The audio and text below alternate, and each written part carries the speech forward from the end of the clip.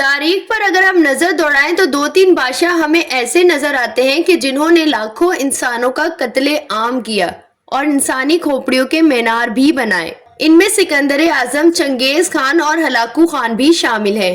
Hulagu Khan ایک ظالم بادشاہ تھا جس نے لاکھوں انسانوں کا قتل عام کیا۔ یہ نہ صرف اس ملک کے سپاہی بلکہ وہاں کے لوگوں کو بھی موت کے گھاٹ اتار دیتا۔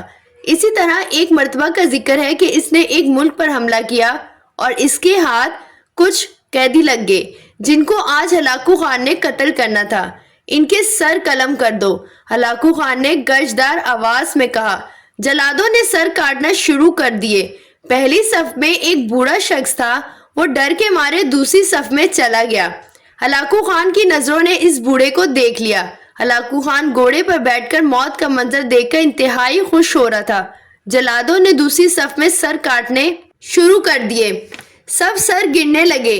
اس بوڑھے بابا نے جب یہ دیکھا کہ دوسری صف کے لوگوں کی گردنیں کٹ کر اب اس کی باری آنے والی ہے تو وہ بھاگ کر تیسری صف میں کھڑا ہو گیا۔ ہلاکو خان کی نظریں اس بوڑھے پر تھی۔ یہ اب کب تک بچے گا؟ اب تک 70 انسان مار دیے تھے تو یہ کب تک بچ جائے گا؟ تیسری صف میں ہلاکو خان کی تلواریں بجلی بن کر گر رہی تھی۔ اس نے دیکھا کہ بوڑھا شخص موت سے بے قرار ہے۔ جلاد بجلی کی تیزی سے اس بوڑھے بابا تک پہنچا تو ہلاکو خان نے اپنی گرجدار آواز میں کہا، رک جاؤ، اس کو ابھی کچھ نہ کہو۔ ہلاکو خان گھوڑے پر سوار ہو کر اس بابا کے پاس آیا اور پوچھا، بتاؤ تم پہلی صف سے دوسری صف میں کیوں بھاگ آئے؟ جب وہ ختم ہوئی تو تم تیسری صف میں بھاگ گئے۔ اب بتاؤ، پیچھے اور کوئی صف نہیں ہے، کہاں جاؤ گے؟ اب تم کو مجھ سے کون بچائے گا؟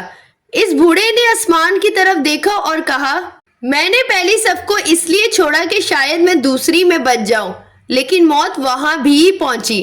پھر میں نے دوسری صف کو چھوڑا اور تیسری میں بھاگ گیا، شاید میں یہاں بچ جاؤں۔ ہلاکو خان نے کہا کہ بابا یہ کیسی بہکی بہکی باتیں کر رہے ہو؟ بھلا میری تلوار سے کوئی بچ سکا ہے؟ بوڑھے نے کہا کہ اوپر والی ذات اگر چاہے تو ایک لمحے میں انقلاب آ سکتا ہے اور اگر وہ چاہے تو مجھے بچا سکتا ہے۔ ہلاکو خان نے جوش میں کہا، کیسے بچا سکتا ہے؟ ہلاکو خان گھوڑے سے جیسے ہی نیچے اترنے لگا تو اچانک وہ گھوڑے سے نیچے گر گیا۔ ہلاکو خان کا گھوڑا بدک گیا اور اس نے پٹک پٹک کر ہلاکو خان کا سر زمین پر دے مارا۔ ہلاکو خان کا لشکر اس واقعے سے بے حد خوفزدہ ہوا۔ دہشت کا نشان کہلانے والا بادشاہ جس نے لاکھوں انسانوں کا قتل عام کیا، اللہ نے اسے رہتی دنیا تک عبرت کا نشان بنا دیا۔